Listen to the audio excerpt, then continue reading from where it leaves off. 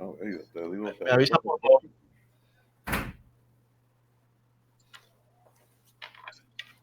Me avisa.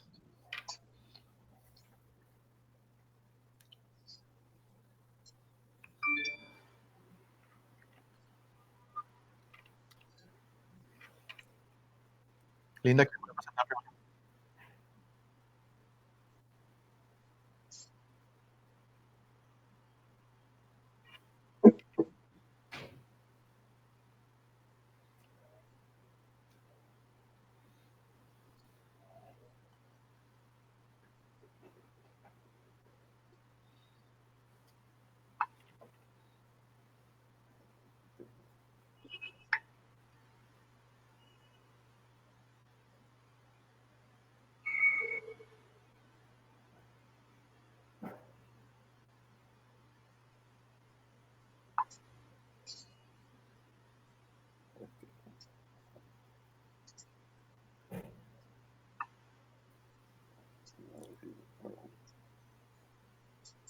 Mayra, pídeme el favor a Tomás Darío que me baje el ventilador.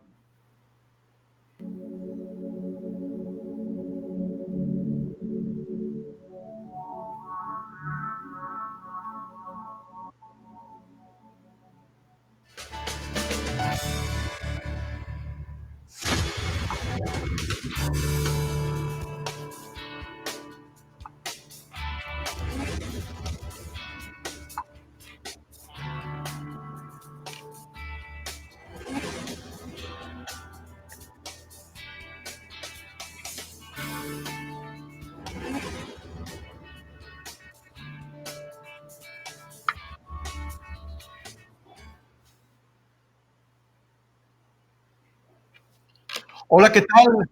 Bienvenidos. Nos estamos saludando desde la Universidad Sergio Arboleda de Barranquilla para darles la bienvenida a esta quinta edición de la cuarta Cátedra Caribe. Y digo la quinta edición porque a lo largo de todos estos meses hemos venido dialogando con diversos actores de la vida del Caribe. En primer lugar, recordemos que en el mes de mayo, cuando iniciamos esta Cátedra Caribe, lo hicimos con el doctor Eduardo Franco de la Rosa, quien nos brindó una visión general acerca de la región y del proceso de regionalización. Y luego, a partir de allí, hemos venido conversando con invitados de primera línea sobre los aspectos económicos de nuestra región, los puertos de nuestra región. La vez anterior hablamos del tema de la Guajira, particularmente los aspectos sociales en nuestra región Caribe. Y hoy vamos a aterrizar, a conversar, a dialogar con dos invitados, por supuesto, también de primerísimo nivel, sobre un aspecto que sin duda alguna caracteriza a nuestra región, como es su patrimonio cultural, la cultura caribe y en especial la música caribe. Pero no voy a extenderme en esta presentación sin antes introducir con ustedes a quien siempre nos acompaña en calidad de invitado especial en todas estas ediciones de la Cátedra Caribe, el rector de la Universidad Sergio Arboleda, sede Barranquilla y Santa Marta, el doctor Alfredo Méndez, a quien le doy la bienvenida y quien hace la introducción en esta edición. Doctor Alfredo, buenas tardes, los saludamos de Barranquilla. Buenas tardes, doctor Penso. ¿Cómo está usted? Muy bien, gracias, doctor, afortunadamente. Bienvenido. Gracias. A ver, doctora Adriana, muy buenas tardes. Doctor Alfredo, buenas tardes. Gusto en saludarlo y en que esté con nosotros en esta nueva versión de la Cátedra Caribe. Gracias, muy amable. Doctora Cecilia Arango, buenas tardes, ¿cómo está? Estamos saludando, doctora, a la doctora Adriana Uribe, quien es la vicerrectora de la Universidad Sergio Arboleda, sede Barranquilla. La doctora Cecilia hoy no nos acompaña, pero yo lo invito, doctor, a que en este momento haga la introducción de nuestros invitados por la tarde de hoy, que nos van a hablar de un tema tan interesante como es el patrimonio cultural del Caribe, la música, y en especial nuestro vallenato. Ellos se conectan desde Valledupar, doctor, pero le cedo los honores a usted, doctor Méndez. Yo lo estoy escuchando muy mal, doctor Penso. ¿Usted me escucha a mí bien? Sí, señor, nosotros lo escuchamos perfectamente. Bueno, pues, a ver, sea lo primero, presentar un cordial saludo de bienvenida a la Cátedra Caribe, al doctor Tomás Darío Gutiérrez y al doctor Iván Morón. La Cátedra Caribe en días anteriores ha tenido la oportunidad de escuchar voces muy conocedoras de todo lo que significa el Caribe colombiano en diferentes temas, por supuesto, especialmente los referidos pues a su especialidad. Comenzaron las conferencias con la intervención del doctor Eduardo Verano de la Rosa, que es pues el gran impulsor de esta propuesta que anida en el corazón de todos los caribes, que es la autonomía regional. Tuvimos la oportunidad de escuchar al doctor Roberto Boza Castillo, al doctor César Arismendi Morales, al doctor Ernesto Vergara, y hoy, pues, con gran expectativa, todo el Caribe colombiano y fundamentalmente la universidad en general está pendiente de la intervención de los doctores Tomás Darío Gutiérrez e Iván Morón. Queremos agradecerles, doctores Gutiérrez y Morón, el que hayan hecho espacio en su agenda para dedicarle en esta tarde a los alumnos de la universidad y a todos los que están conectados, dedicarle el tiempo para tocar el aspecto cultural, musical del Caribe colombiano. El propósito de esta cátedra en la universidad es presentarle a los alumnos, fundamentalmente a ellos, una visión de nuestro Caribe colombiano en todos sus aspectos. Ya lo hicimos con anterioridad con personas versadas en temas de comunicación, personas versadas en temas de puertos, de desarrollo, de la situación tan deplorable que se vive en La Guajira inmerecidamente. Y por supuesto, como la cultura y el folclore son parte fundamental de la esencia del Caribe, como quiera que es la identidad de su idiosincrasia, o hace parte de la identidad de su idiosincrasia, nadie mejor que ustedes dos para tocar este tema a esta inmensa audiencia y sobre todo a estos muchachos que están tan deseosos de saber cuál es el presente y cuál es la perspectiva de la región Caribe. Y de la perspectiva de desarrollo de la región Caribe, por supuesto, hace parte esencialísima la cultura. Y dentro de ese marco cultural hace parte sobresaliente el folclore que hemos denominado en el Caribe vallenato. El folclore vallenato ha penetrado profundamente en el corazón de todos los caribes, como ningún otro, sin restarle importancia a las melodías que se oyen de tiempo atrás en otras regiones, como la cumbia, en la misma región Caribe, pero no en Valledupar, no nacieron en Valledupar, como la cumbia y el fandango y el porro, sobre todo de la llanura del Sinú, que es una melodía tan hermosa. El vallenato ha calado profundamente en el corazón de los caribes y más allá del Caribe y allende las fronteras de la patria. El García Márquez, el escritor, decía que algún encanto tenía esa música que cuando se oía se sentía en el corazón. Exactamente decía, arrugaba el corazón. No solo la melodía, sino el canto, la cadencia. Es para nosotros uno de los identificadores de la región, como decía, en el país y allende la frontera de nuestra nación, de nuestro país. De modo pues que doctores Tomás Darío Gutiérrez y doctores Iván Morón, como quiera, que la audiencia está expectante. Una vez más, a nombre de la Universidad Sergio Arboleda, quien está muy interesada en formar conciencia autónoma costeña Caribe en los alumnos de la institución, para que puedan incidir con decisión absoluta en la toma de decisiones cuando nos corresponda, por virtud de la autonomía regional, impulsar el desarrollo de toda la región, desde La Guajira hasta los límites con Antioquia. Qué bueno pues que la cultura, sobre todo el folclore, que es tan vital en el marco de nuestra idiosincrasia, pueda tener hoy por boca de ustedes una amplia difusión, ya de una manera científica, para que haya una conciencia científica basada en la investigación que nos complemente el conocimiento que ya tenemos musical, melodioso, del folclore del Caribe y específicamente del folclore vallenato. Muchísimas gracias, doctor Tomás Darío Gutiérrez. Muchísimas gracias, doctor Iván Morón, a nombre de la Universidad Sergio Arboleda, sedes del Caribe. Esta cátedra se dicta en la ciudad de Barranquilla, pero en Santa Marta lo estamos haciendo hace rato, hace unos 10 años en Barranquilla. Realmente, como la universidad es novísima, la sede, pues aquí estamos comenzando. Pero en fin, es la misma cátedra, común denominador para para ambas sedes. Insisto, muchísimas gracias por su asistencia, muchísimas gracias por su tiempo y vamos a sentarnos a escuchar unos verdaderos maestros de lo que es el folclore vallenato y más allá de él, si ustedes así se lo proponen. Como quiera que la audiencia esté expectante, repito, doctor Penso, le ruego el favor de impulsar la transmisión. Muchas gracias, doctor Méndez, por sus palabras. Y no quiero avanzar sin antes saludar a todos los televidentes de nuestro canal aliado CTV que retransmite estas ediciones de la Cátedra Caribe. Un saludo muy cordial a todos los seguidores de CTV. Bueno, llega el momento también de saludar a nuestra vicerrectora de la sede Barranquilla de la Universidad Sergio Arboleda. Ya la había saludado el doctor Alfredo Méndez, pero no habíamos tenido la imagen. Doctora Adriana Uribe, buenas tardes y bienvenido. Un saludo para todos los seguidores de la Cátedra Caribe.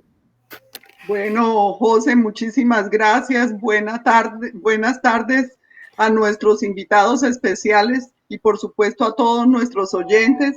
En realidad, lo primero sea unirme a las palabras de agradecimiento por parte de la universidad para estos dos invitados de lujo que tenemos en el día de hoy.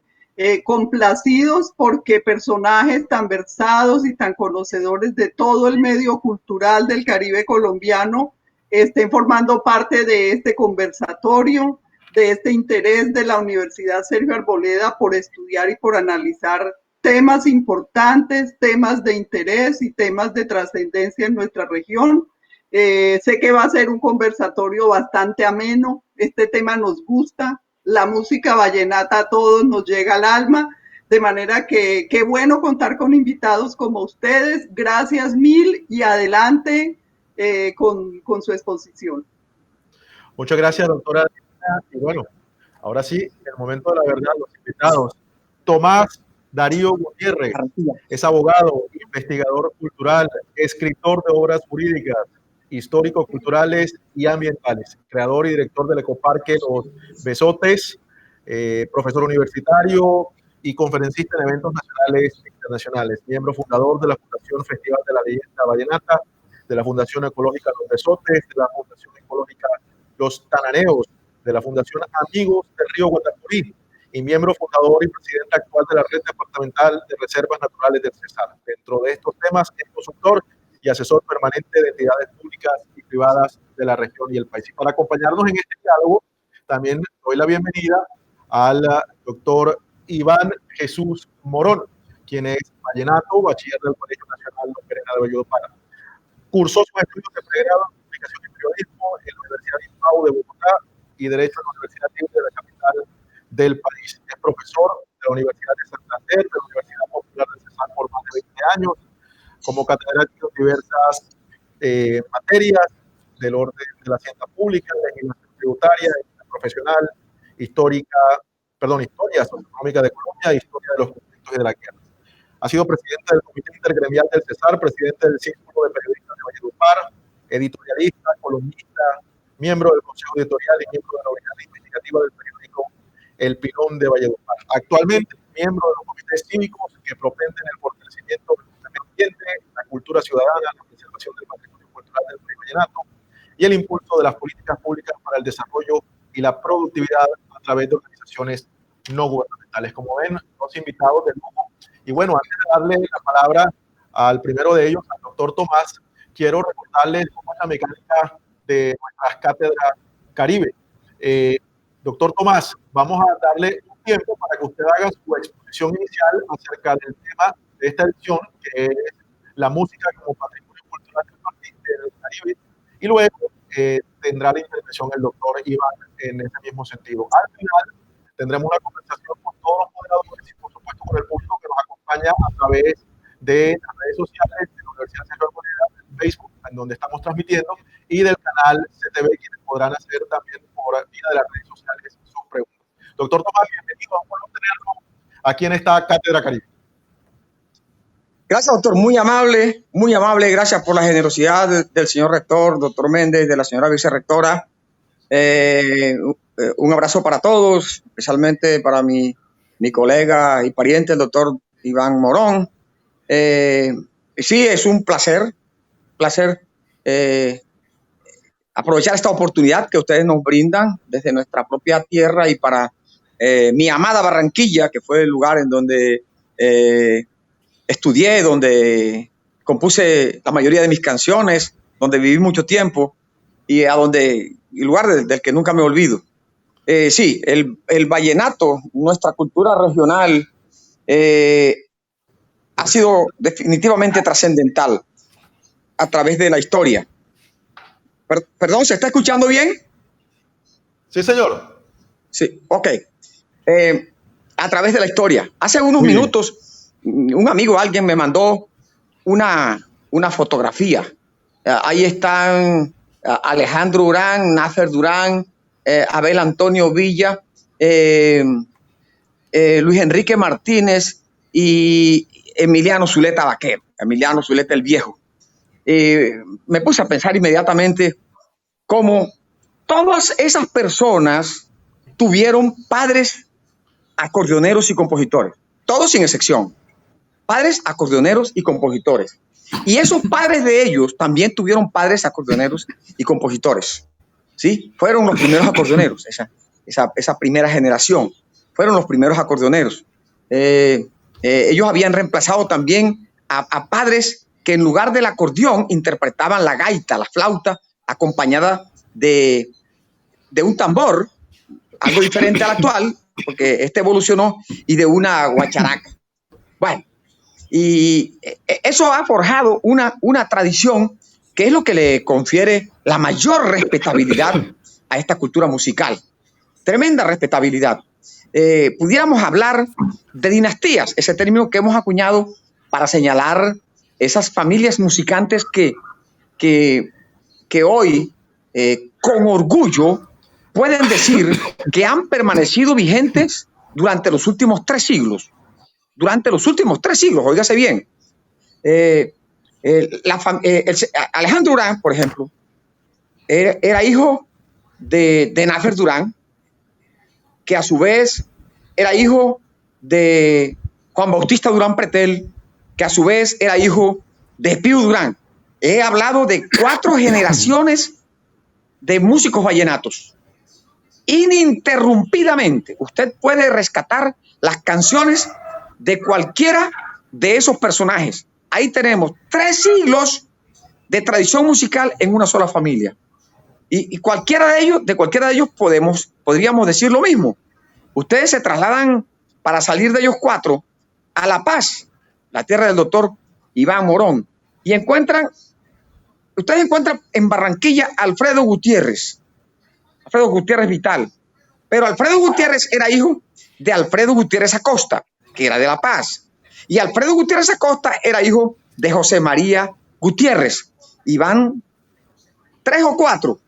Y ya llegamos al siglo XIX. Y los Gutiérrez se unieron con los López. Y encontramos hoy a Álvaro López, rey vallenato y rey de reyes del Festival Vallenato. Y Álvaro López es hijo de Miguel López. Y Miguel López es hijo de Pablo López. Y Pablo López es hijo de Juan López. Ya tenemos 5 generaciones que se han extendido durante 3 siglos. Yo creo que nada otorga mayor respetabilidad que la tradición en la música vallenata. La tradición y haberse sostenido en unas características que han sido las mismas a través de todo el tiempo, musicales que nosotros le llamamos aires, que han sido sostenidas durante todo ese tiempo que acabo de mencionar, como puya, paseo, merengue y son. Puya, paseo, merengue y son. ¿Sí? Estuvieron como les decía, desde el siglo XIX, acompañados por, bueno, acordeón a última hora, por una guacharaca, un tambor y dos flautas, una flauta hembra de 5 huecos y una flauta macho de 1 hueco o de dos huecos, un aerófono diatónico, y luego llega el acordeón. Del acordeón tenemos remembranzas, las primeras 3 del siglo XIX. En septiembre de 1880 encontramos un conjunto vallenato tocando a orillas del río Magdalena, por allá en inmediaciones del banco, en ese sector. Septiembre de 1880. Lo encontramos en un libro llamado Crónica Grande del Río Magdalena. Septiembre de 1880. En el mismo 1880, en el mismo siglo XIX, pues, encontramos en 1895 en Aracataca otro conjunto de acordeón. Y en 1898, uno tercero en Riohacha, tocando un acordeón, una caja y una guacharaca. Cuando conversábamos hace 30 años con todos estos señores de la primera generación, todos ellos coincidían en que los primeros acordeoneros no habían sido enseñados por nadie. Y miren, esa expresión puede crear dudas. Decía Juan Muñoz, un gran sandiegano, cuando el acordeón llegó aquí nadie lo enseñó. Todo el mundo lo cogió, le fue aprendiendo y le fue inventando. Diría uno, qué viejito tan mentiroso, ¿cómo se le ocurre decir eso? ¿Saben que eso es exactamente cierto? ¿Y por qué podemos hoy deducir que es cierto? Porque es que los primeros que tomaron el acordeón eran gaiteros. ¿Y qué diferencia puede haber entre un aerófono diatónico y otro aerófono diatónico? Una flauta de 5 huecos y un acordeoncito, aquel rudimentario, el primero que llegó, de solo una hilera de 8 botoncitos. Pasaban exactamente así como él dijo, del acordeón, perdón, de la gaita al acordeón. De la gaita al acordeón. Yo encuentro que aquellos 3 primeros acordeoneros del siglo XIX que están documentados, están tocando su acordeón acompañado de los 2 otros instrumentos tradicionales para acompañar un baile. Ahí no se está ejecutando realmente el vallenato. Después encuentro en la boca de Emiliano Zuleta y de una anciana de la segunda generación, Pureza del Rosario Vence Bolaños del Molino, prima hermana de uno de los acordeoneros más grandes de todos los tiempos, de Chico Bolaño. Ellos dicen que había 2 clases de acordeoneros al principio: tocadores de baile y tocadores de parranda. Coinciden. Yo los entrevisté en momentos diferentes. Uno es hombre, la otra es mujer. Coinciden en que en principio habían 2 clases de acordeoneros. Unos tocaban baile y otros tocaban parrandas. El que nos interesa es el de parranda. El tocador de baile generalmente lo que interpretaba en su acordeón eran aires europeos. Todavía hay quien lo sepa hacer, Náster lo sabe hacer. Mazurcas, foxtrot, valses. Aún no se había incorporado esa organología tradicional a los cantos tradicionales nuestros, a los cantos históricos. Poco tiempo después, todo el mundo empezó a tocar el acordeón para acompañar canciones que significaban mensajes. Nuestro medio de comunicación más expedito era nuestra música. Nos enterábamos de la próxima guerra, y eso es fácil documentarlo. La guerra contra el Perú en 1930, los pormenores los conocemos por la puya de Chico Bolaño, llamada Sánchez Cerro Bandido, por ejemplo. O la noticia de una epidemia desastrosa, como la que constituyó la blenorragia, que nos visitó a través de los prostíbulos de las zonas bananeras de Ciénaga y Fundación, y que se extendió porque iban de aquí a trabajar los acordeoneros, y de allá para acá venían infectados y repartiendo eso, que no había cómo curarlo con facilidad porque no conocíamos los antibióticos. O cualquier otro tipo de noticia, ¿sí? El negocio de ganado, un acto de corrupción cometido por una administración. Por ejemplo, conocemos el hecho de que la esposa de un alcalde de Chiriguaná, por allá en 1928-30, hizo un negocio oscuro de ganado, un ganado de mala procedencia. El juglar de los más monumentales de todos los tiempos, Sebastián Guerra, espetó un merengue denunciando ante la opinión pública el acto de corrupción cometido por la esposa del alcalde. Sí. Según él dice, Priscila Colina de Horta, me acordé, Priscila Colina de Horta. Ojalá que nadie se acuerde, ¿no? Que no vaya a resultar ahora un nieto, un bisnieto. Él denunció, y como ustedes saben cómo eran los alcaldes en esa época, el señor alcalde, esposo de la señora, les petó una orden de captura de inmediato y lo persiguió toda la vida. De tal manera que Sebastián Guerra se fue huyendo y fue a parar al pueblo de las hamacas, el pueblo de las hamacas en la sabana. Ayúdenme. De donde era Toño Fernández. Bueno, allá a las sabanas. Sí. Y allá se quedó. Allá enseñó a tocar vallenato. Allá se quedó su tío que se fue con él, Isaías Guerra, que engendraría a Andrés Landero Guerra. También era hijo de un hombre de acá. Y se dedicó a enseñar el vallenato hasta cuando a la sabana empezó a llegar una serie ininterrumpida. Valga la pena comentar eso, ¿no? Después llegaría Alfredo Gutiérrez Acosta, el papá de Alfredo Gutiérrez. Después de Sebastián Guerra, llegaría Carlos Araque, ¿se acuerdan? ¿Dónde estaba Carlos? ¿Dónde estaba Araque? Que murió en un accidente en Ovejas, Sucre. Carlos Araque era Carlos Araque Gutiérrez, primo hermano del viejo Alfredo Gutiérrez, acordeonero, compositor, ¿sí? Después llegarían muchos otros. Ya Alejandro Urán es de los últimos, de los muchachos. Alejandro Urán, que llegó y se quedó y hasta la muerte allá. Y luego llegaría desde Valencia, Calixto Ochoa. Total, una playa de por lo menos una docena de juglares grandiosos que sembraron el vallenato, obtuvieron como tarea histórica ir a sembrar el vallenato a la sabana. Yo no sé por qué les gustaba tanto la sabana. Había algo bello en esa tierra. Recibían una extraordinaria acogida. Le cantaban, como lo hizo Germán Serna, a quien no mencioné, como lo hizo Germán Serna y tantos otros. Pues sí, sigue la tradición, continúa la tradición. De una manera diferente, ¿no? De una manera diferente. Hace pocos días yo hablaba con una descendiente de Chico Bolaños, uno de aquellos acordeoneros de los viejos tiempos, y él me decía, él no ella, me decía, mi abuela, o sea, la abuela Ana Olmedo era la esposa de Chico Bolaños, contaba que mi abuelo salía de la casa con el acordeón, volvía a los 3 meses sin un solo peso en el bolsillo. Así eran todos, ¿sabes?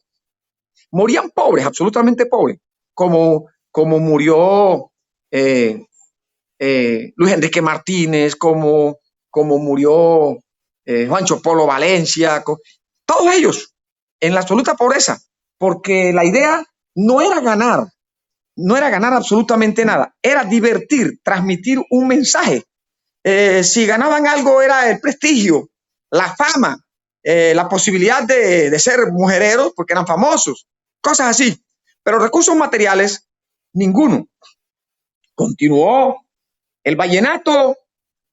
Todavía en 1970 no lo conocíamos sino nosotros. En el 72, cuando comenzamos a llegar a estudiar a Barranquilla, no les gustaba el vallenato. Cuando uno de nosotros ponía un disco vallenato, los LP de esa época, todo el mundo se sentaba, no sin antes protestar. Y bueno, pronto cambiarían las cosas. El asunto es que acá en Valledupar alguien concibió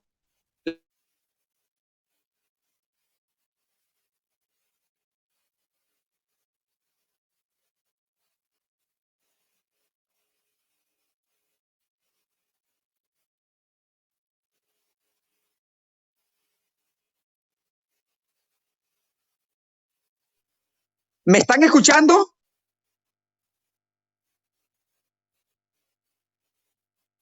A ver, respóndanme por favor si me están escuchando.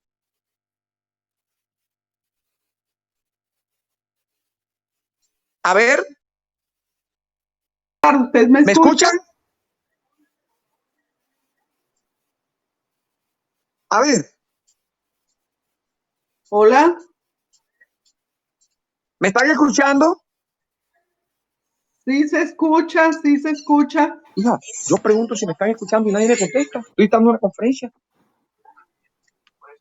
¿Aló? Bueno, parece que tenemos algunas dificultades con el doctor Tomás. No sé si No. podemos Sí, a recuperar. ver, ¿me están escuchando? Señor Tomás, lo estamos ¿Sí? escuchando. ¿Usted nos está escuchando? Sí. Me habían dejado de escuchar. Digo, no sé hasta dónde me escucharon. Lo estábamos escuchando perfectamente. Ah, caramba, como no me contestaba nadie, yo pensaba que esto se había caído. Se había caído. Bueno, entonces continuamos. Adelante. Continuamos.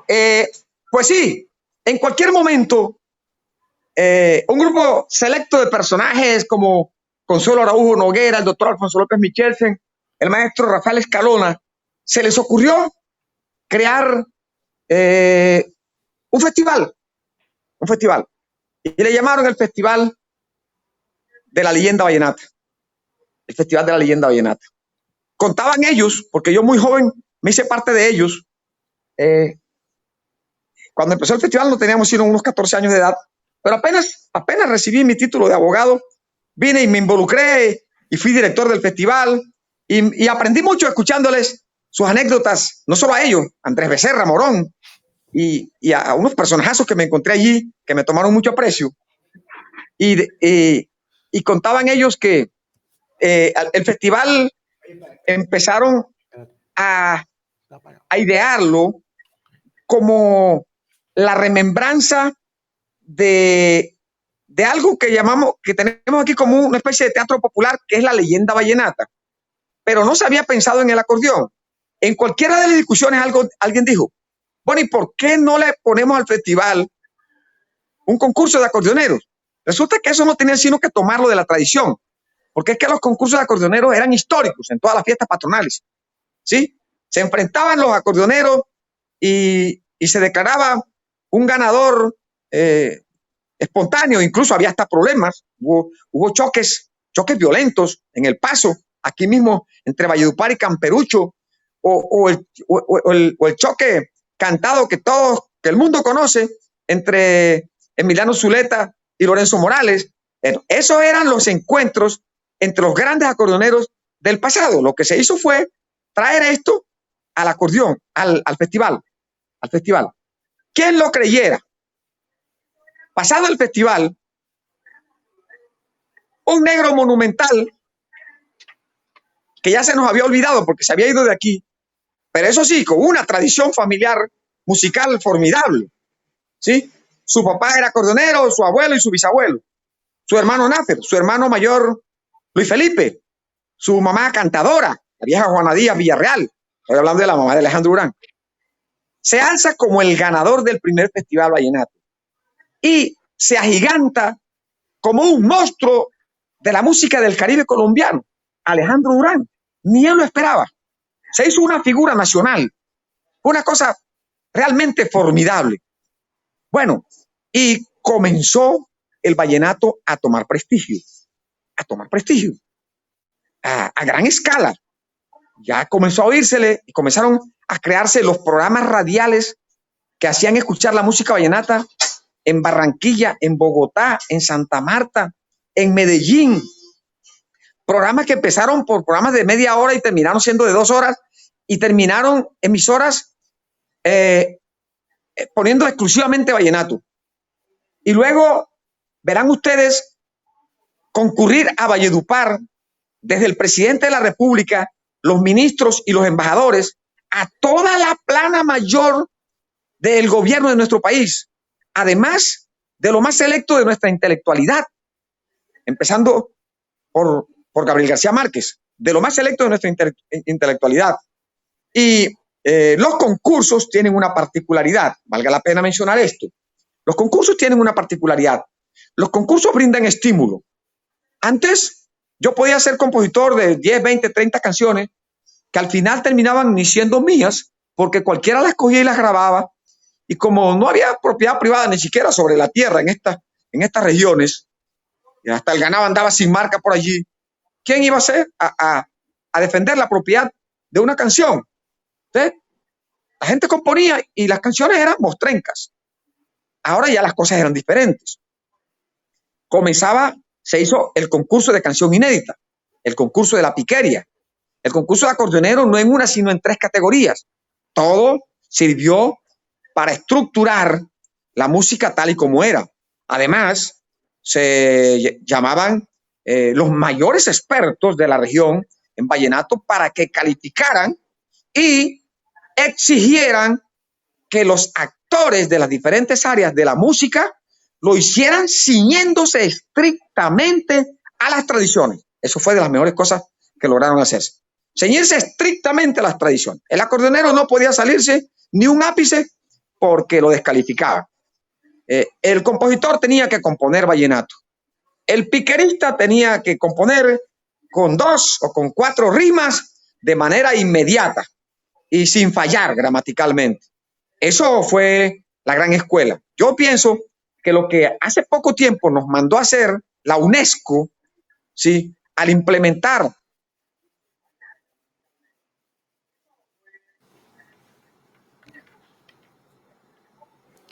Bien, estamos teniendo problemas con el doctor Tomás. Me avisan por favor en el máster si tenemos o recuperamos la comunicación con él, o aprovechamos entonces y damos la bienvenida al doctor Iván Corona, paciente para la como hacía el doctor Tomás. Doctor Iván, buenas tardes, ¿está por allí? ¿Nos escucha, doctor Iván?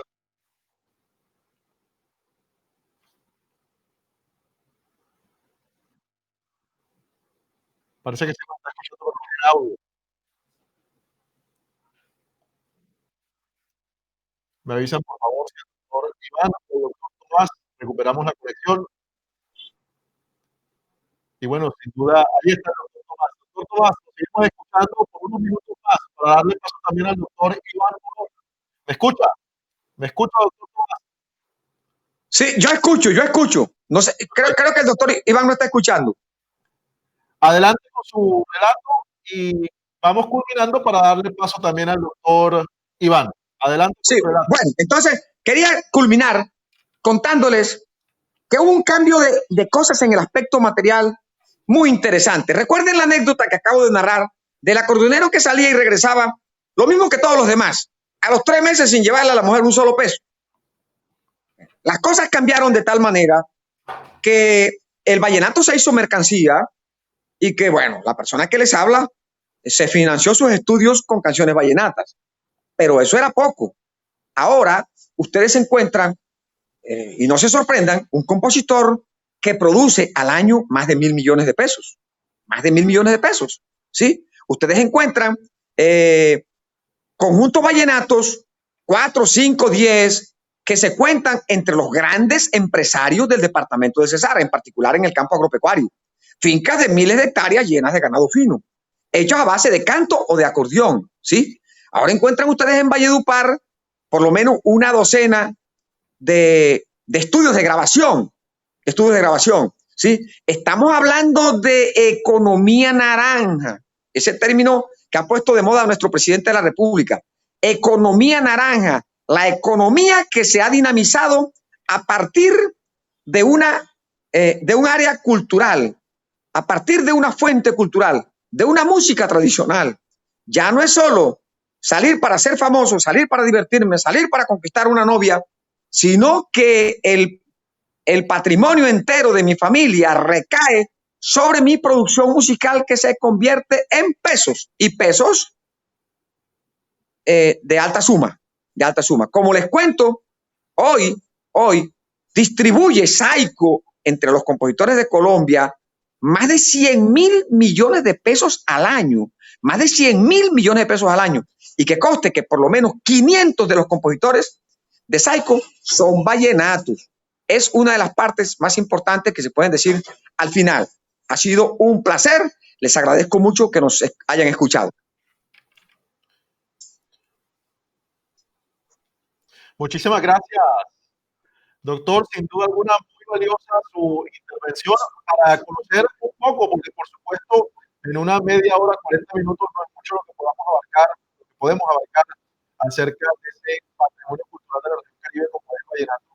Pero, pues obviamente, tenemos ahí unas pinceladas que nos ilustran bastante acerca de lo que ha sido la historia de este ritmo tan importante para nuestra región y nuestro país. Y aún así, damos la bienvenida para que también haga su exposición y sus comentarios al respecto del doctor Iván Moró, quien también se conecta desde Valledupar.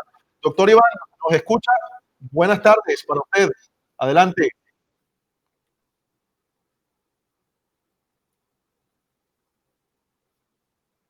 Doctor Iván, no le escuchamos.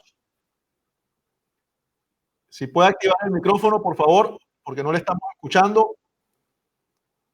O si pueden ayudarle aquí desde el máster con el micrófono al doctor Iván Moró, para que también nos ilustre sobre lo que ha sido la evolución del vallenato y la importancia de este ritmo musical en la región Caribe. Sin duda alguna, el doctor Tomás hacía una exposición bastante interesante, sobre todo de los orígenes de los diferentes ritmos, aires, que tiene que ver con nuestro vallenato y sobre vamos a hablar en un ratito más adelante. Vamos a invitar solamente a todos los televidentes de CTV, del canal CTV 104 de Claro, sino a quienes nos están siguiendo a través de las redes sociales de la Universidad Sergio Arboleda, del Facebook de la universidad, para que vayan planteando desde ya sus preguntas en esta etapa de la Cátedra Caribe.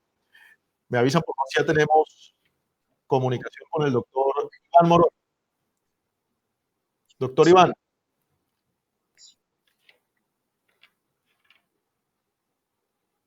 Doctor Iván, ¿tenemos comunicación con el doctor Iván Moró? Lo que no tenemos es audio, doctor Iván. ¿Nos escucha? Parece que no hay audio. Indican desde el máster. A ver si yo con el apuntador puedo escucharlo.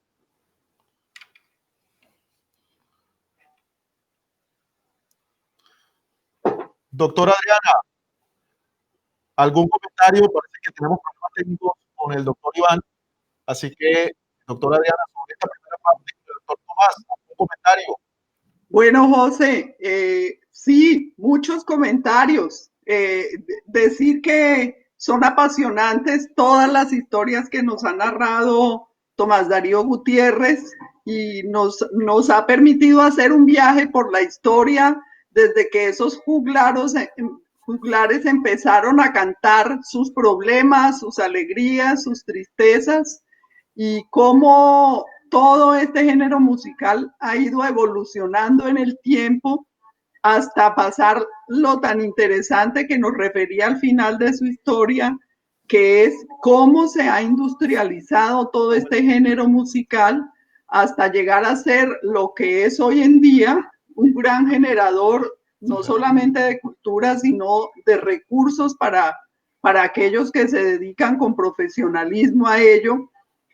Y digamos que la visión de los que miramos con mucho interés el mundo de la empresa, pues realmente la ponemos en ese aspecto de la narración, en ver cómo todo este género evolucionó y hoy en día estos cantores, estos cantantes a nivel profesional han convertido su arte en todas unas unidades de negocios más rentables que cualquiera otra. Y ello nos hace comprender de mejor manera por qué nuestro actual gobierno ha puesto tal empeño y tal interés en fortalecer, digamos, impulsar todo lo que es las industrias de economía naranja, porque se han convertido en unas empresas importantísimas, muy rentables y con una base en la tradición cultural, que es también aquello que hace algo especial de ellas. De manera que qué bonito y qué interesante poder estar hoy hablando de estos temas culturales que también se convierten en temas empresariales porque van de la mano. Así es, doctora Adriana. El doctor Tomás lo tenemos en línea, ¿cierto? Él no tiene problemas con el audio, porque sí me gustaría empezar a escuchar sus opiniones en una charla que podamos tener con el doctor Alfredo, con la doctora Adriana, mientras recuperamos también el sonido con el doctor Iván. Doctor Tomás, se encuentra, ¿cierto? ¿Está escuchando? Sí, señor, cuénteme. Yo quería hacer una primera pregunta acerca de su exposición, porque a mí, por ejemplo, no me queda muy claro cómo surge el vallenato, de dónde viene, cómo se produce como esa mezcla final que determina el vallenato. Usted hablaba al principio del tema de los instrumentos musicales, pero si pudiésemos hablar de un origen de la música, por ejemplo, cuando usted mencionaba también que después se integra el acordeón, ¿existe alguna influencia particular acerca de los diferentes instrumentos, acerca del acordeón, que en algún momento permite como esa amalgama que da origen al vallenato? Bueno, la organología del vallenato es absolutamente terrígena. Ustedes encuentran descripción de conjuntos trifónicos, de instrumentación trifónica, o sea, idiófono de fricción, la guacharaca, membranófono, el tambor, aerófono, las flautas o gaitas, en manos de los chimilas, de los aruacos, de los cogi, desde la prehispanidad. Sobre esa organología virtieron su sapiencia musical ya no solo los indígenas, sino también los españoles y los africanos, que aquí desde bien temprano fueron cimarrones. Nos interesa más la cimarronería que la esclavitud. Aquí hubo mucha cimarronería, aquí hubo muchísimos palenques. El palenque de Dibuya, el palenque de Atanques, el palenque de la Sierrita, muchos palenques. Entonces, ellos legaron directamente la sapiencia musical, el negro en particular, en su sabiduría percusiva. Entonces, esa organología era raizal, era de aquí. ¿Qué pasó? Que casi 3 siglos después, llegó un instrumento nuevo, que no llegó aquí sino a finales del siglo XIX, el acordeón. El acordeón, poco a poco, ingresa a la organología tradicional, la organología raizal. Ingresa en reemplazo a un instrumento de su mismo género, a la flauta, porque el acordeón es aerófono diatónico y la gaita es aerófono diatónico. No hubo cambio. Siguen siendo aerófono, idiófono y membranófono. No pasó nada, no hubo ningún cambio. Simplemente el acordeón un poquito más rica, un poco más diversa que su hermana, la gaita. Y continúa el vallenato. A la hora de la llegada del acordeón, ya las formas musicales, puya, merengue, paseo y son, estaban aquí. Usted todavía puede constatarlo. Usted sube a la Sierra Nevada y los cancuamos le tocan con instrumentos tradicionales, en lugar del acordeón ellos siguen tocando la gaita, merengue, puya, paseo y son, los originales, los primigenios. Total, el vallenato es nuestro. No llegó, mucha gente neciamente perdió tiempo intentando probar por dónde había entrado el vallenato. Yo siempre contesté, si entró no es de aquí. Si entró no es de aquí. Y efectivamente no entró. Lo único que llegó fue el acordeón, pero llegó tan tarde que no pudo sino incorporarse a una música que estaba hecha a plenitud. Esa declaración es absolutamente importante y hacia allá iba dirigida mi pregunta, más, es decir, tener claro que el vallenato no entra, sino que es absolutamente autóctono. Ahora, me gustaría escuchar su opinión en otro sentido. Usted ha dicho que el acordeón, por ejemplo, se integra 2 o 3 siglos después al origen de todos estos sones, de todos estos aires. Bájale un poquito ahí. Y le quería preguntar, considerando cómo ha evolucionado el vallenato, sobre todo en los últimos años, con la llegada de cantantes modernos, pop, si se quiere, ¿ha tenido el vallenato otros cambios fundamentales a lo largo de la historia o se ha mantenido relativamente igual, como usted decía, solamente con la incorporación quizá del acordeón? Bueno, el vallenato ha evolucionado siempre, pero evolucionado. Evolucionar, cambiar sobre su propia esencia. Usted compara el vallenato de la época de Escalona con el vallenato que se da a partir de la época de Freddy Molina y Gustavo Gutiérrez, y definitivamente hay una evolución. Tiene que haberla, ¿sabe por qué?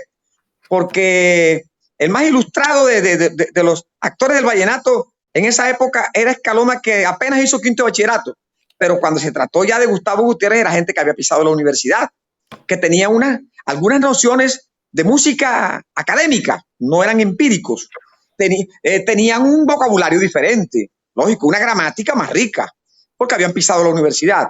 Entonces, se notó la evolución, pero el vallenato siguió siendo puya, paseo, merengue y son. Coja un paseo, una puya, un merengue de Gustavo Gutiérrez y compárelo con un paseo, una puya y un merengue de Escalona. Son diferentes, pero son lo mismo. Son lo mismo. Ahora la gente habla de evolución, ya ahí es otra cosa. Evolución. Están confundiendo, están pensando que porque se toca con acordeón es vallenato, y eso es un error que no lo podemos aceptar. Lo cultural es tradicional y es siempre lo mismo. Miren, lo que se toca hoy con acordeón no es puya, no es paseo, no es merengue, no es son, por lo tanto no es vallenato. Es una mezcolanza de músicas venidas de cualquier parte y que se tocan con acordeón, que se tocan predominantemente para bailar, porque el vallenato, si bien se baila, no es una música hecha para bailar. Entonces, no son ninguna de las cuatro formas musicales del vallenato, no es vallenato. Si usted quiere oír vallenato, venga al Festival Vallenato para que lo oiga en su propia esencia, en su salsa, en su tinta. El vallenato, vallenato. Normal. Gracias, doctor Tomás. No sé si la doctora Adriana tenga desde Barranquilla alguna pregunta para ir alternando con el doctor Tomás. Bueno, doctor Tomás, pues es que los que no somos muy versados en estos temas del vallenato, oímos con mucho interés toda la experticia de ustedes, los que han estudiado este género y los que han estudiado la música. No sé, mi pregunta de pronto tendría que ver con qué tanta influencia cree usted que las personas que hoy en día son amantes del vallenato y de los ritmos tradicionales, ¿considera usted que de alguna manera la universidad puede enriquecer en ellos esa afinidad y ese gusto que tienen por este arte? ¿Podríamos Sí, claro. nosotros jugar algún papel para fortalecer ese gusto? Importantísimo. El vallenato ingresó al terreno académico desde 1983, cuando tuvimos el honor de crear el Foro Nacional sobre Folclor Vallenato. Ese foro ha sido llevado a todas las universidades, en particular aquí en Valledupar, la Universidad de Santander institucionalizó su foro sobre vallenato, y hemos escuchado foros sobre este tema en universidades de todo el país. La Universidad Sergio Arboleda ha mantenido su inquietud y la está fortaleciendo ahora. Desde aquí la felicitamos y la aplaudimos. Sí, de eso se trata. Antes, la música vallenata estaba solo en el terreno de lo empírico. El que tocaba el acordeón, el que componía una canción, usted no podía preguntarle cómo lo hacía, pero sí era cierto que lo hacía y perfectamente. Esa es la sabiduría empírica. Hoy ya hemos ingresado, como acabo de decir, al terreno de lo académico. Y cuando se trata de eso, la universidad necesariamente debe liderar. Eso esperamos desde aquí, que la Universidad Colombiana lidere los avances futuros de nuestro amado vallenato. Muchas gracias, doctor Tomás. Y ahora sí, parece que recuperamos la comunicación finalmente con el doctor Iván Corona, a quien saludamos. Doctor Iván, finalmente, buenas tardes. Me parece que tenemos audio. Muchas gracias, doctor José Penso, la doctora Adriana y a todos los directivos de la universidad en cabeza del doctor Alfredo Méndez. Y para mí es de suma satisfacción compartir espacios con ustedes. Antes de continuar con esta exposición antecedida por nuestro compañero Tomás Darío Gutiérrez Hinojosa, es importante que tengamos presente y recordemos, Ana María se perdió. Ana María, ¿qué le pasó? La estamos escuchando, doctor Iván. Sí, tengamos presente que la UNESCO define la cultura como el conjunto de rasgos distintivos, espirituales y materiales, intelectuales y afectivos que caracterizan a una sociedad o un grupo social. En estos momentos, nosotros podemos considerar con todo puño de verdad que, de acuerdo con la narrativa que nos acaba de hacer Tomás Darío, el vallenato tiene un cumplimiento de 3 siglos y el ejemplo que él señala con las dinastías que identifica a través de los Durán e igualmente con los López de La Paz, que también tienen sangre de San Juan del Cesar La Guajira, por los Gutiérrez y por los mismos López.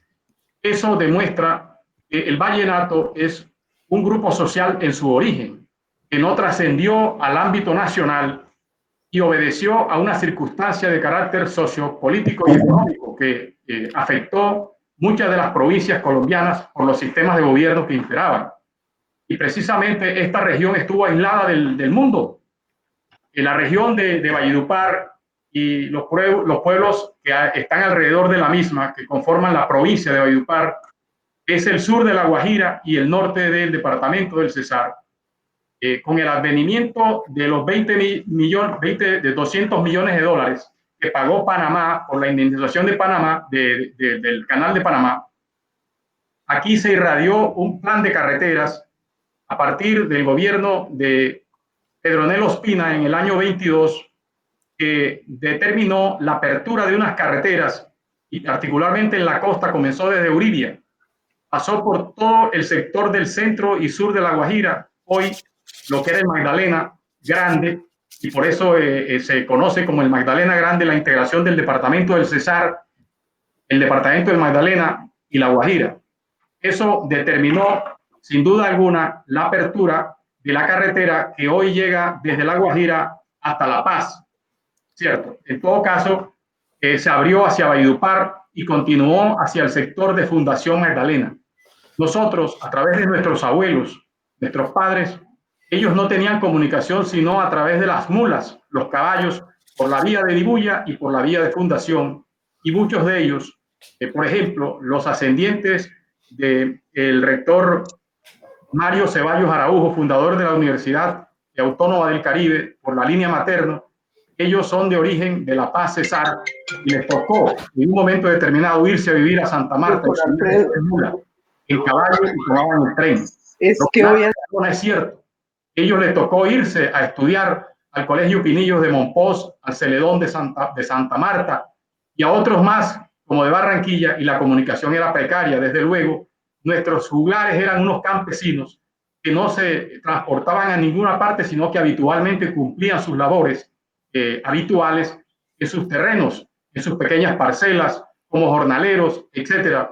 Y eso contribuyó de alguna manera, entre comillas, que nuestra música, que era eminentemente campesina y así lo ha sido desde su origen, no trascendiera al mundo.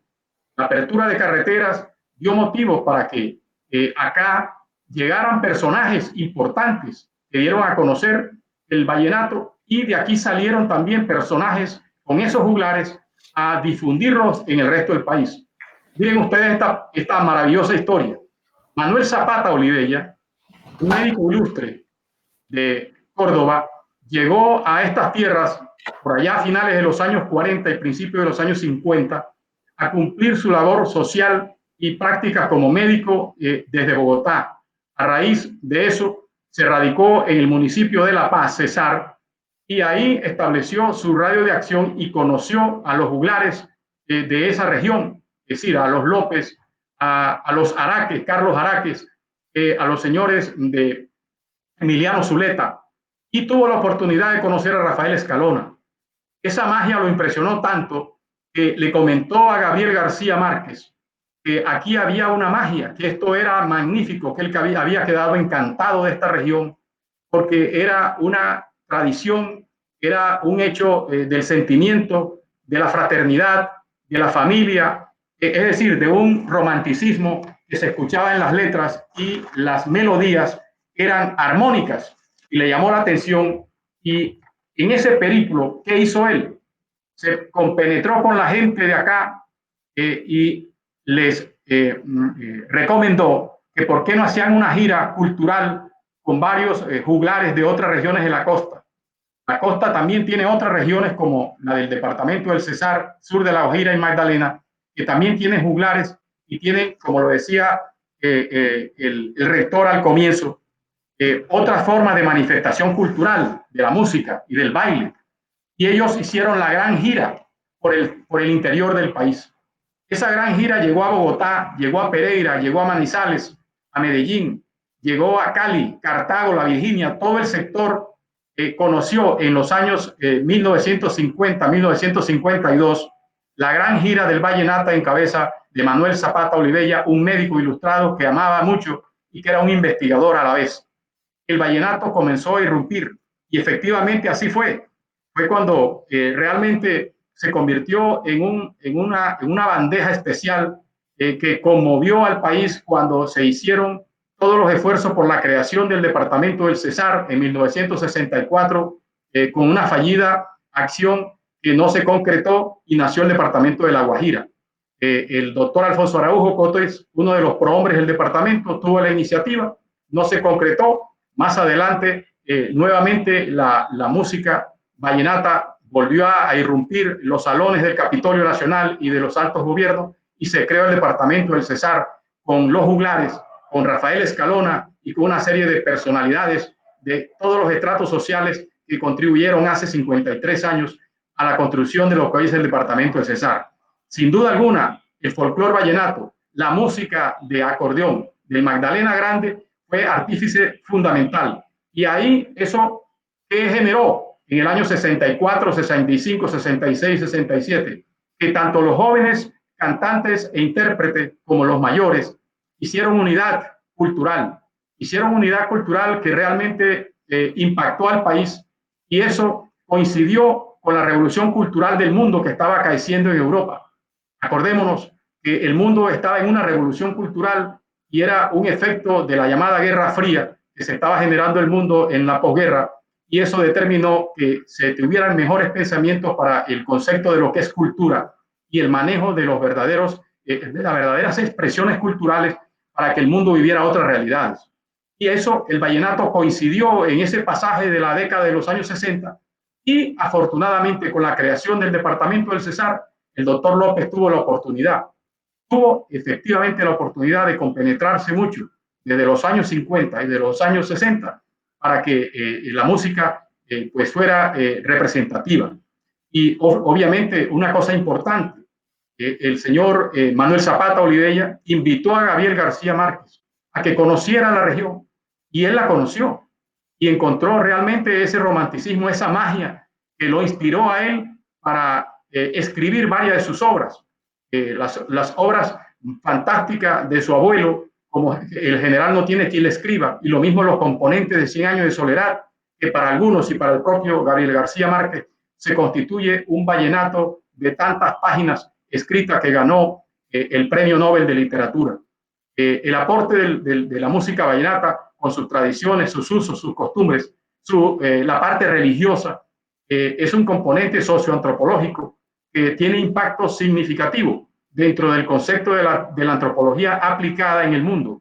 Y efectivamente, eso se convirtió en la posteridad en un elemento fundamental, porque el vallenato comenzó a ser interpretado de manera muy especial, más allá de las iniciativas que tuvo Buitrago o que tuvo Bovea y sus vallenatos en los años 50 con Rafael Escalona, que fue invitado por el mismo García Márquez a que se diera a conocer, que rompiera las cadenas de la provincia, más allá de Santa Marta, de Ciénaga, de Aracataca, Valledupar y el sur de La Guajira, que irrumpiera más con Bogotá y otros sectores del país.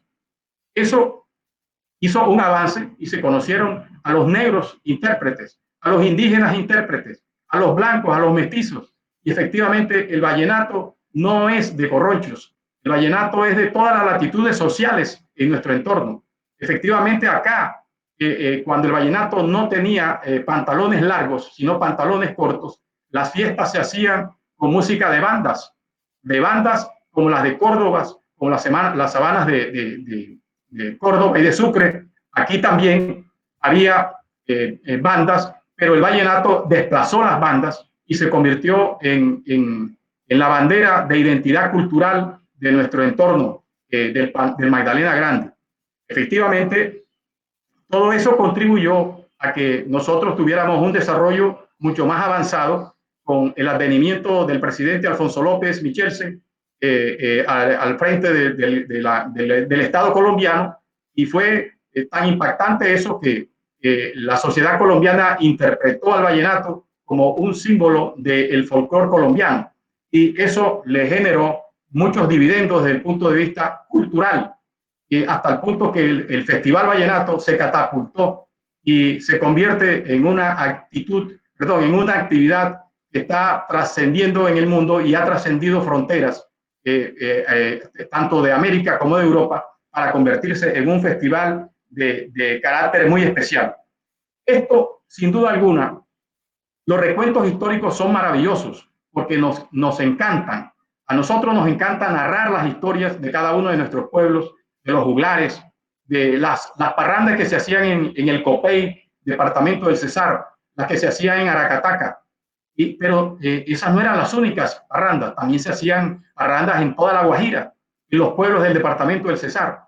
En el Copey, fundamentalmente porque coincidía Andrés Landero, coincidía Luis Enrique Martínez, que residía allá, coincidía Alejandro Durán y otros personajes como Abel Antonio Villas, que hacían unas parrandas con los hermanos Pumarejo en ese sector del Copey, y fue también un punto de encuentro de esos juglares, que no solamente fue Valledupar, La Paz, Codazzi, Villanueva, San Juan del Cesar, Fonseca, etcétera, como lo narran los compositores, sino que también el Magdalena se plantea como una alternativa porque fue quien albergó estas tres regiones, todo el sur de la Guajira, particularmente la media Guajira, desde Riohacha, Barrancas hacia acá, Valledupar, el norte y centro del departamento del Cesar, todo el departamento Magdalena actual, es lo que se conoce como el departamento del Magdalena.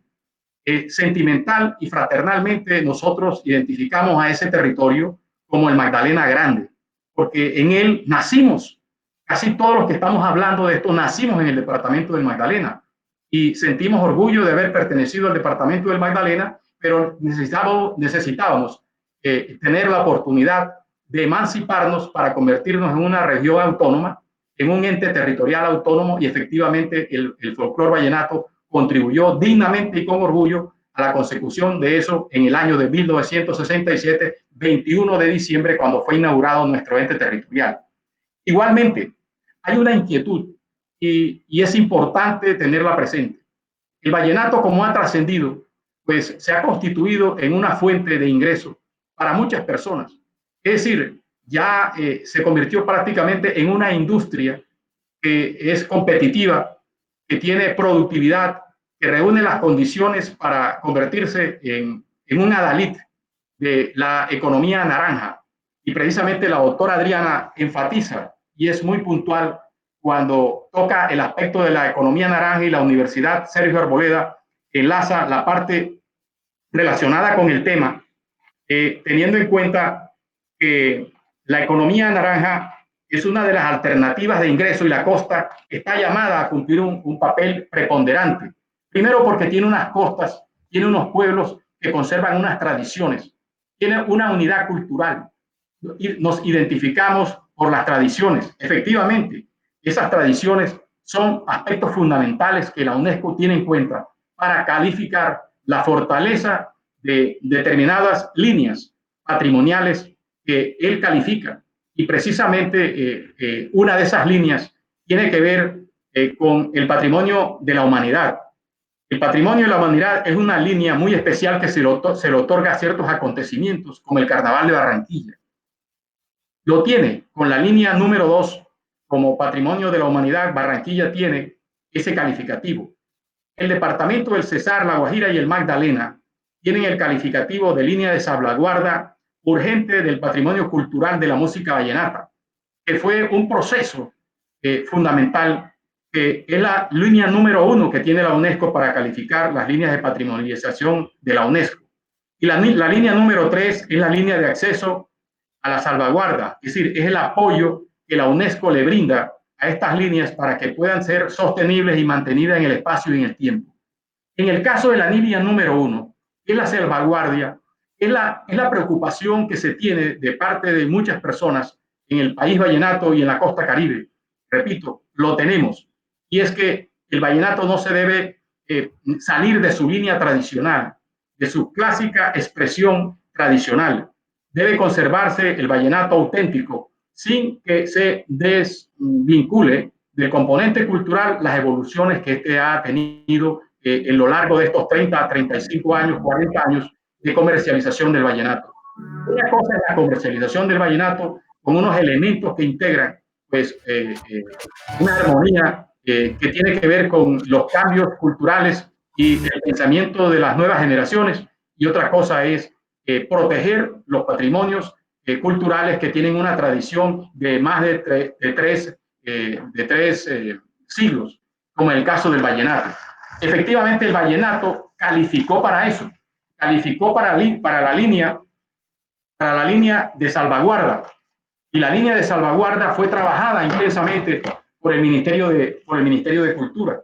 Pero sin duda alguna, doctora Adriana Uribe y demás directivos de la Universidad Sergio Arboleda, aquí lo que se necesita es que se continúe haciendo esa labor hacia las demás expresiones culturales de la costa.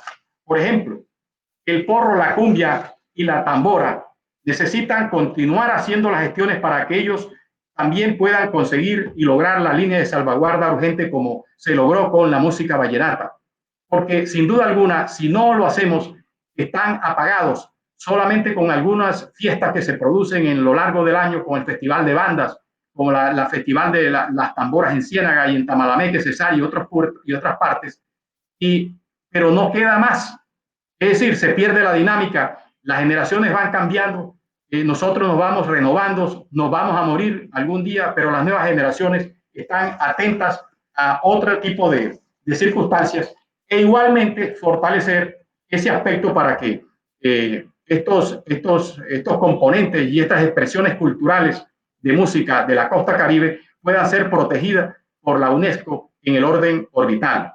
Entonces, sin duda alguna, aquí lo que nos falta de alguna manera es una capacidad de liderazgo. Nosotros tenemos compositores que hablan bien, historiadores que hablan bien, personas que vamos a la academia, hacemos este ejercicio como en la tarde que promueve la Universidad Sergio Arboleda, pero necesitamos que haya acción, que haya un componente de gestión encaminada a trabajar dignamente frente a esto. Una cosa es lo que hace SAICO, que es el reconocimiento a través de los reconocimientos o regalías para el compositor que dignamente ha tenido esa alternativa de ingreso, y otra cosa es el componente de el curubito o el punto vital que es la tradición de nuestro folclore, de nuestras músicas, de nuestras danzas. Es ahí en donde nosotros necesitamos liderazgo. Entonces, ¿qué sucede? Nosotros aquí en el ámbito regional, doctora Diana, sí podemos hacer alianzas estratégicas. Sí podemos hacer alianzas estratégicas para que se mantenga de manera autónoma esta tradición y se consigan los apoyos y la unidad que realmente se quiere, más allá de la comercialización que se tiene alrededor de la inversión de un capital y sacar unos dividendos. Porque poco a poco, como lo he manifestado, se ha ido perdiendo esa tradición.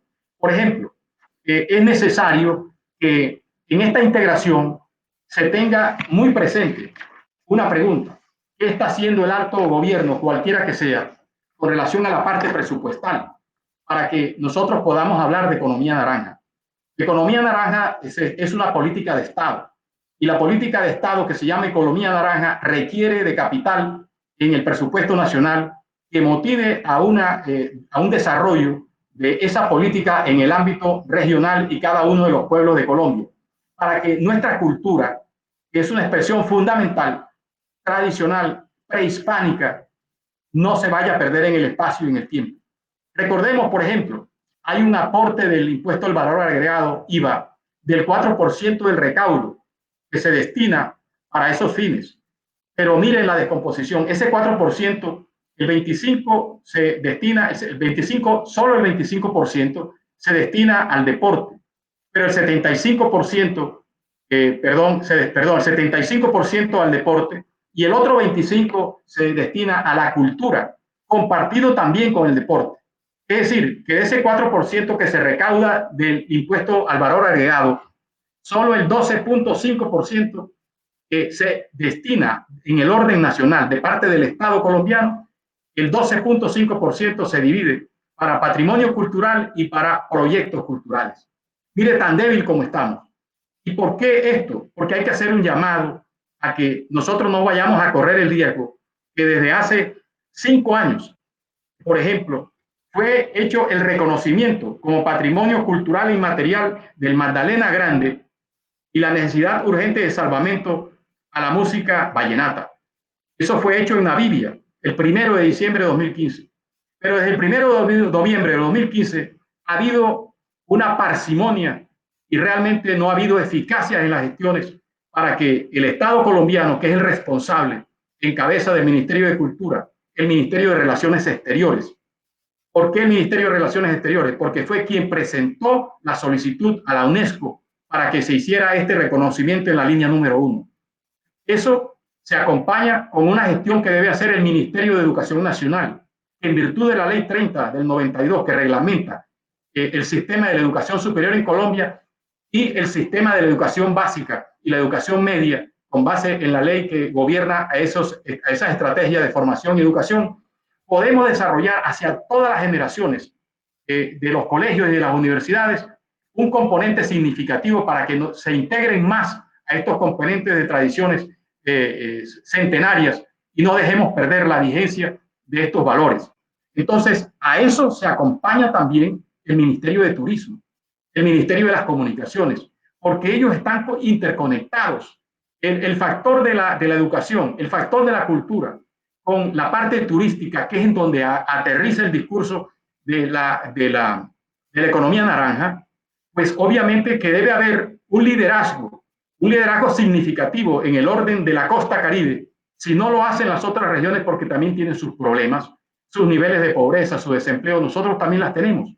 Eso me recuerda un estudio que hizo el doctor Meisel, el rector de la Universidad del Norte de Barranquilla, en el año 2018. En ese año, el doctor Meisel dijo que el liderazgo político del Caribe, pues, necesita que tenga esos pantalones largos, bien confeccionados. ¿Por qué? Porque hay una renovación del talento humano en el liderazgo político. Y el liderazgo político no está enchufado con estas circunstancias de carácter especial. Ese documento fundamental, que yo lo conservo demasiado importante, es un componente que debe ser recogido. Y miren los aplausos que debemos darle a la Universidad Sergio Arboleda, que abre estos espacios, lo mismo que la Universidad de Santander, como lo decía Tomás Darío hace unos minutos, en el sentido de crear las cátedras de este nivel que contribuyan a la socialización y al aprehendimiento con H de este proceso cultural. Pero requerimos que haya una capacidad de liderazgo. Por ejemplo, le preguntamos, en materia de presupuesto, ¿cuántos municipios en donde se albergan expresiones culturales han dispuesto para la vigencia fiscal del 2021 un componente que tenga que ver con la cultura como esencia fundamental, y en ese componente lo que tiene como política el Estado de la llamada economía naranja se ha dispuesto? ¿Cuáles de los departamentos del Cesar, Magdalena o Guajira han hecho gestiones para buscar convenios con los ministerios, o viceversa, los ministerios que vengan, que les acabo de mencionar, hagan la doble vía de encontrar y formular misiones y a la vez organizaciones en el nivel regional que mantengan un entrelazamiento entre el nivel central y el nivel regional con la línea política que debe luchar en el Congreso de la República con las disponibilidades presupuestales para que esto realmente se mantenga dignamente. Entonces, yo sí creo que la universidad tiene un papel fundamental en estos espacios para que nuestras tradiciones no se vayan a perder. Y precisamente hay varias alternativas. Yo hice un ejercicio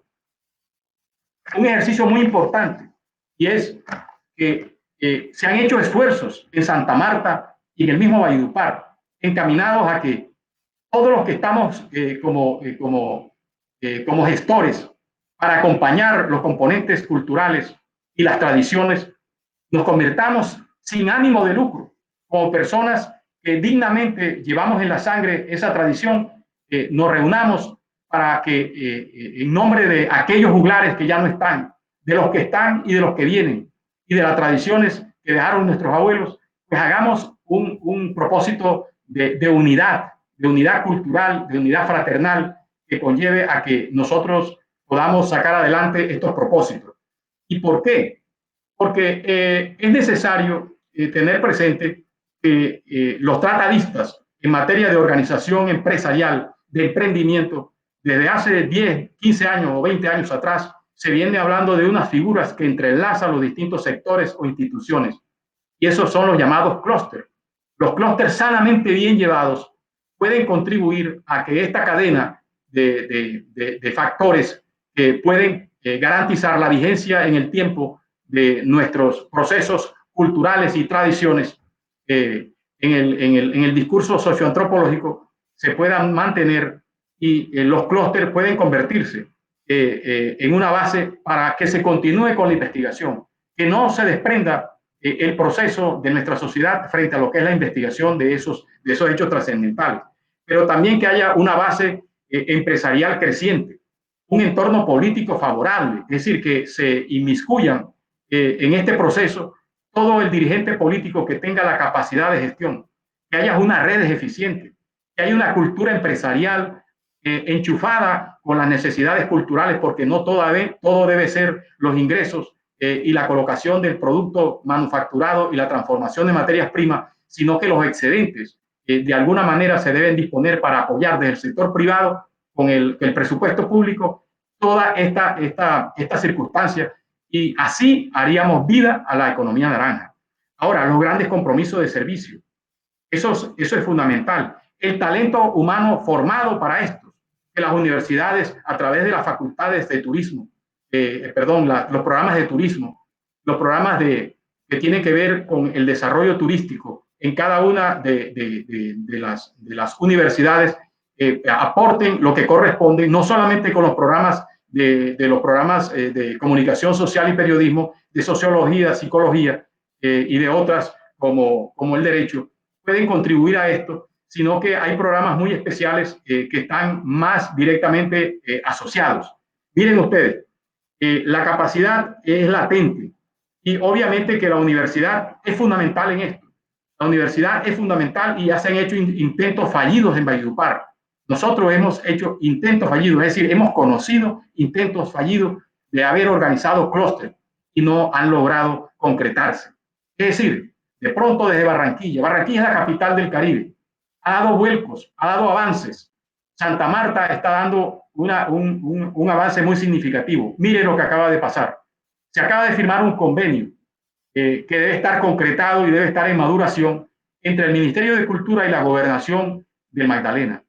¿Eso qué va a generar? Cuando debimos haberlo hecho en el departamento del Cesar hace mucho rato, no lo hemos hecho.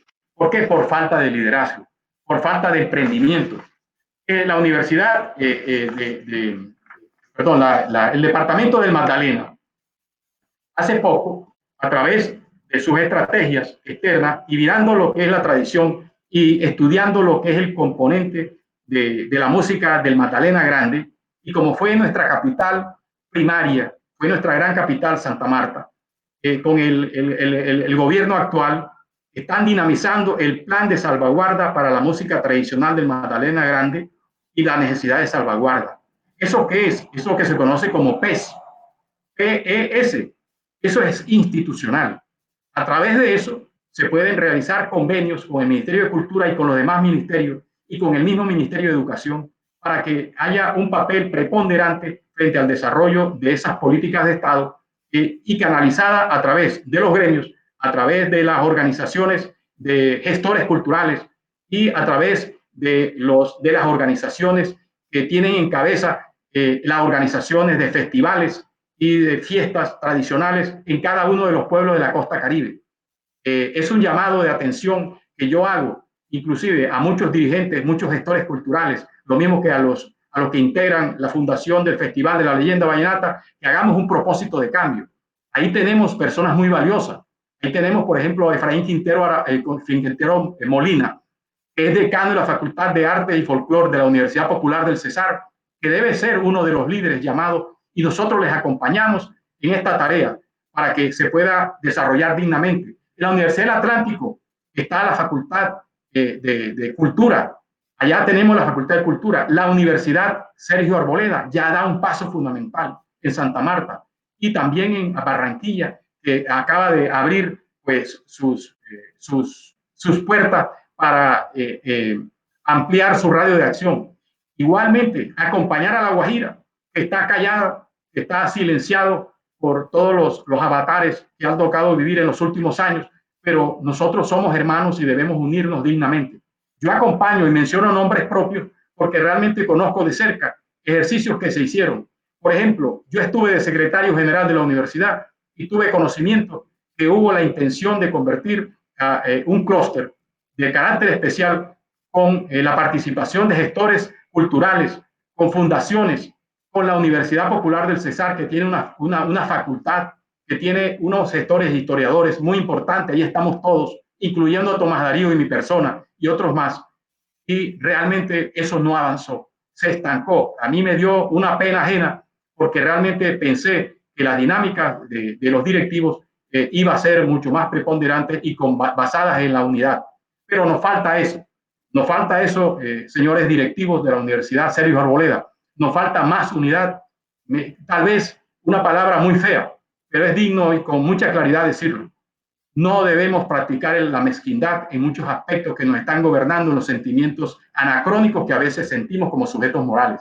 No, olvidémonos de eso, porque estas tradiciones, estos usos, estas costumbres, estos ritos, esta religiosidad que abarca el discurso de la cultura, nosotros estamos obligados a protegerlo.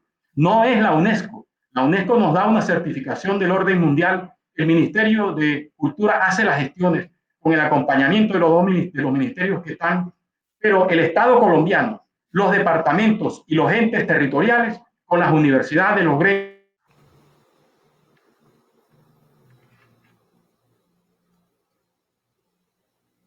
Por ejemplo, miren ustedes, para la vigencia de 2021, doctor Penso, se tiene que en la vigencia actual el presupuesto nacional arroja 340.000 millones de pesos para el Ministerio de Cultura. Para el año entrante ya no va a ser 340.000 millones para el desempeño del Ministerio de Cultura, sino que baja a 141.000 millones de pesos. Nosotros entendemos que lo que nos está afectando en estos momentos, que es una pandemia, ha llevado mucho caudal del presupuesto público a atender esas necesidades, y eso es una causal de justificación. Pero sin duda alguna, el componente cultural es un componente que con la educación, que con el sector salud, debe ser sagrado para el Estado colombiano. Lo mismo que la reactivación de la economía es importante, pero no descuidar el presupuesto público, porque nosotros en esa dinámica vamos a tener un retroceso.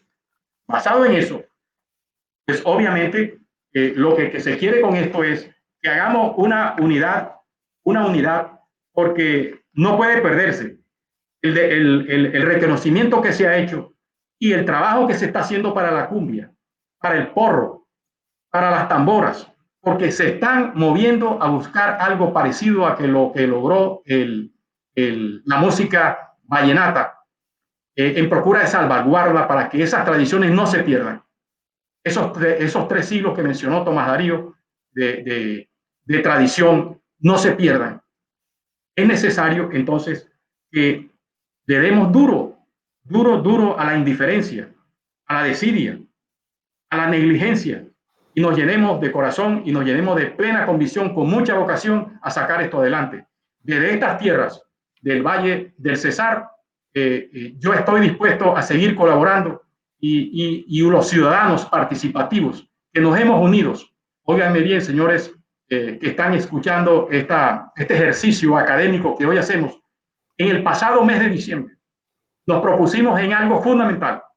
Un grupo de ciudadanos, alrededor de 75 ciudadanos, nos reunimos aquí en Valledupar y en el municipio de La Paz a rescatar la avenida Pepe Castro, una avenida que une a La Paz con Valledupar cruzando el río Cesar, que fue diseñada hace 40 años por ingenieros bajo el interés y la vocación natural importante de fortalecer la música vallenata, la productividad, la competitividad, el desarrollo ecológico, el desarrollo cultural, la integración de los pueblos del Magdalena, del Cesar, La Guajira, con el resto de la costa Caribe y Venezuela, lo pensó Pepe Castro.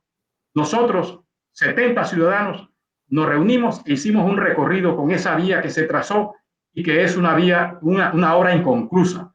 Esa obra inconclusa que acorta la distancia entre Valledupar y La Paz de 17.8 kilómetros, la acorta a 9.5 kilómetros en línea recta, a doble vía, con un puente que se llama Rafael Escalona Martínez, en honor al maestro Escalona.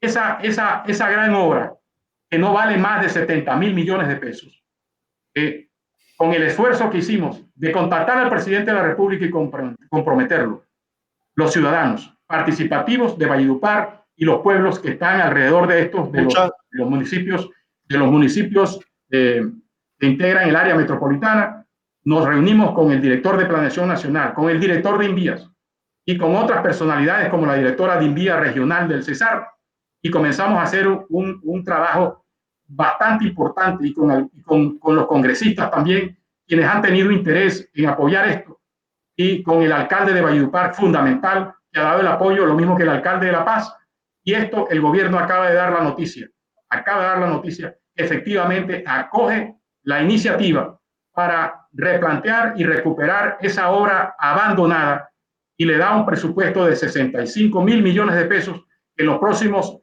meses, en el mes de enero, ya se tiene casi que por iniciar la obra. ¿Y eso qué tiene como impacto? Tiene como impacto a la economía naranja. Y tiene como impacto a la economía naranja, ¿por qué? Porque eso va a contribuir a que las sierras del Perijá, que es en donde está Manaure, está San José de Oriente, están Los Encantos, La Paz, San Diego, las Aguas del Pilar, donde nació el Viejo Emiliano, los López en La Paz, se van a integrar en un proceso cultural, en un proceso productivo, porque la sierra esa es productiva de café, productiva de frutas, productiva de muchos hortalizas, y van a satisfacer necesidades en la costa Caribe. Y esa vía va a llegar hasta Valledupar y se va a conectar con el puerto seco de Bosconia, con el sur de La Guajira hacia Venezuela. ¿Eso qué hace? Que nos integremos hacia la costa Caribe con lo que va a ser la troncal del Caribe hasta Ciénaga y la doble vía que se pretende entre Ciénaga y Barranquilla. Doctor Morón, lo interrumpo. Sí, señor. Lo interrumpo porque ya se nos está acabando el tiempo y ha sido excelente su exposición. Me da pena interrumpirlo, pero nos quedan 20 minutos de transmisión y quisiera integrar en este momento ya al doctor Tomás también para hacer por lo menos un par de preguntas de quienes nos siguen a través de las redes sociales y por supuesto también para que escuchen las respuestas quienes están en la transmisión de CTV. No sé si sea posible también integrar a la doctora Adriana Uribe en el panel para que ella también nos acompañe en la formulación de estas preguntas, para la que agradezco respuestas cortas, porque ya nos quedan, repito, unos 20 minutos de transmisión. Hay una pregunta aquí en el chat que dice específicamente, le voy a pedir al doctor Tomás que inicie la respuesta. ¿Cuáles son los pueblos de La Guajira que más han contribuido al desarrollo del vallenato? Doctor Tomás, yo ampliaría un poco la pregunta para más bien referirme a cuáles son los pueblos en general de ese gran Magdalena que han contribuido más al desarrollo del vallenato. Una respuesta corta, por favor.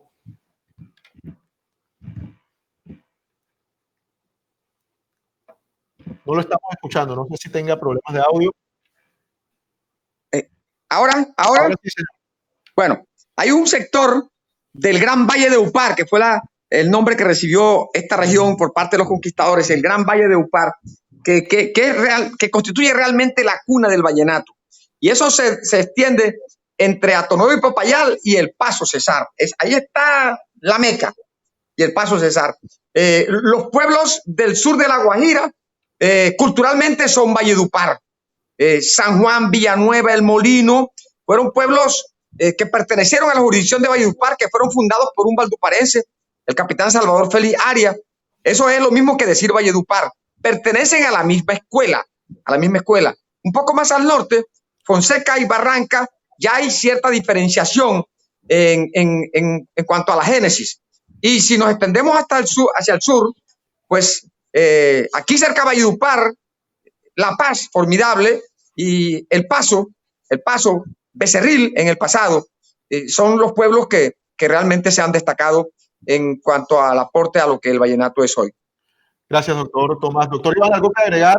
Me gustaría de pronto saber, por fuera de ese territorio, de ese gran Valledupar, cuáles otros pueblos han contribuido al desarrollo de nuestro vallenato. Además, considerando, me gustaría preguntarle cuáles son esos factores que han influido para que el vallenato definitivamente se haya hecho nacional e internacional. Sí, sin duda alguna. Aquí hay pueblos muy cercanos, como es el Copey, Aracataca, Fundación, que tienen juglares, el Algarrobo, Magdalena, el Difícil, Plato. E igualmente, si nosotros pasamos más allá del pueblo Chimila, que es hasta el río Magdalena, y traspasamos el río Magdalena, vamos a encontrar juglares también allá importantes, nativos de allá, pero también de los nuestros que se fueron a vivir allá, como Calixto Ochoa, que promovieron eso en Sincelejo y fundaron los corraleros en Majagual. Calixto Ochoa nació en Valencia de Jesús, un pueblo tan antiguo como Valledupar, y desde allá ellos también hacen una interpretación. Miren, Andrés Landero, que tiene, como lo narra Tomás Darío, orígenes de esta tierra. Sus antepasados se fueron a Bolívar y se radicaron en la región de la parte del Canal del Dique y de los Montes de María, y ahí convirtieron eso en un emporio de un vallenato auténtico y autóctono de tradiciones muy importantes. Es decir, esos pueblos también se integran, pero sin duda alguna el país vallenato es el que ha dado la fuerza, lo que es el sur de La Guajira, el norte del Cesar y el Magdalena, son los que le dan la mayor fuerza, pero no, eso no excluye que los pueblos de Bolívar tengan participación directa en este engrandecimiento del folclore vallenato. Una pregunta adicional para los dos, el tema de la preservación de este patrimonio cultural. Doctor Tomás, ¿cómo hacer para preservar al vallenato en el futuro? ¿Qué acciones hay que tomar? ¿Qué debe hacerse por parte de todas estas organizaciones que, por ejemplo, usted integra para proteger este patrimonio cultural y musical de nuestra región?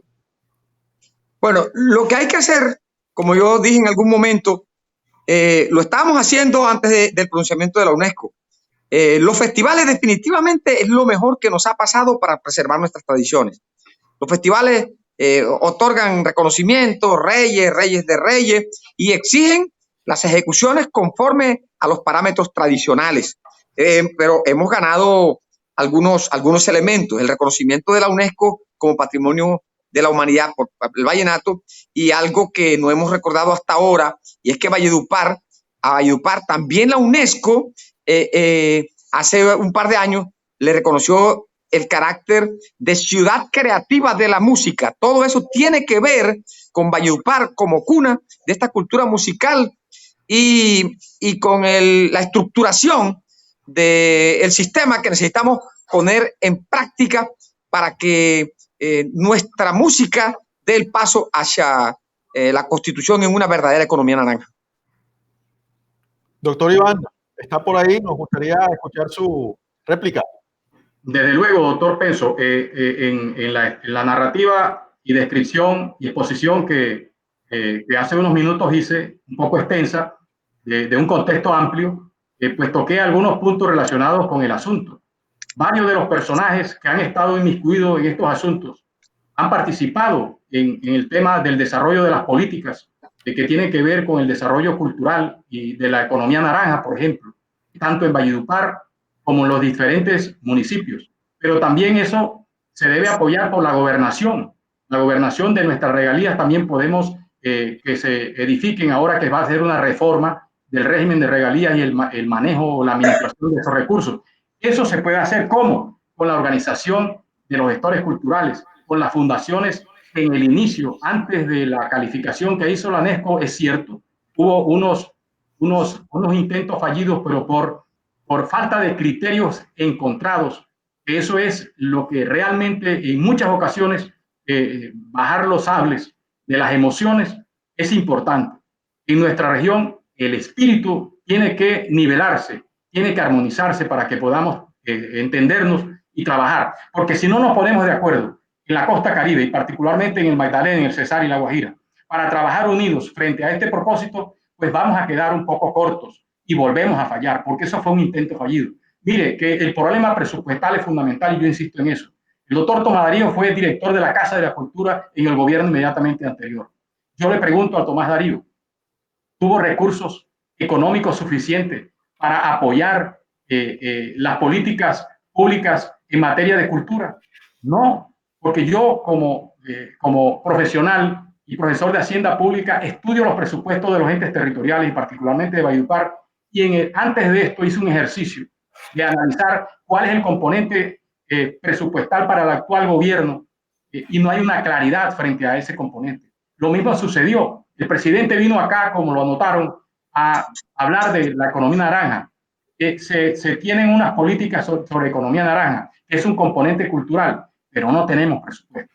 Es decir, la gestión quedó fallida. Quedamos ahí desempeñando unas funciones públicas, pero nuestra gestión no fue eficaz. ¿Por qué? Por muchos factores de carácter especial como es el presupuesto público. Tenemos que unirnos para desarrollar una labor unida. Doctora Adriana, doctor Alfredo Méndez, ya en estos últimos minutos están por allí. ¿Será que nos pueden acompañar con alguna pregunta, si la tienen, por supuesto, para ir cerrando ya nuestra edición de hoy de la Cátedra Caribe, que se ha transmitido a través de Facebook, como siempre lo hacemos, de la Universidad Sergio Arboleda Barranquilla y de CTV? Un saludo, además, por supuesto, como siempre, a todos los seguidores televidentes de CTV, nuestro canal aliado, canal 104 de Claro. Doctor Alfredo, comentarios finales, preguntas finales para nuestros invitados. ¿Me escuchas? Sí, señor. A ver, pues, la verdad es que personalmente he quedado vivamente impresionado con las intervenciones del doctor Gutiérrez y del doctor Morón. La verdad es que ciertamente la expectativa que había llenado en la universidad y en la audiencia, sus intervenciones se llenaron a plenitud. Créanme que los felicito inmensamente por sus intervenciones. El doctor Gutiérrez por su conocimiento de los orígenes ancestrales de esta cultura vallenata, y al doctor Morón por su visión que tiene muy aguda sobre las circunstancias que de darse podrían realmente servir de base y de soporte para una política de economía naranja sobre el sustento de la actualización y mantenimiento de toda la política cultural, de todo ese acervo cultural del Magdalena Grande.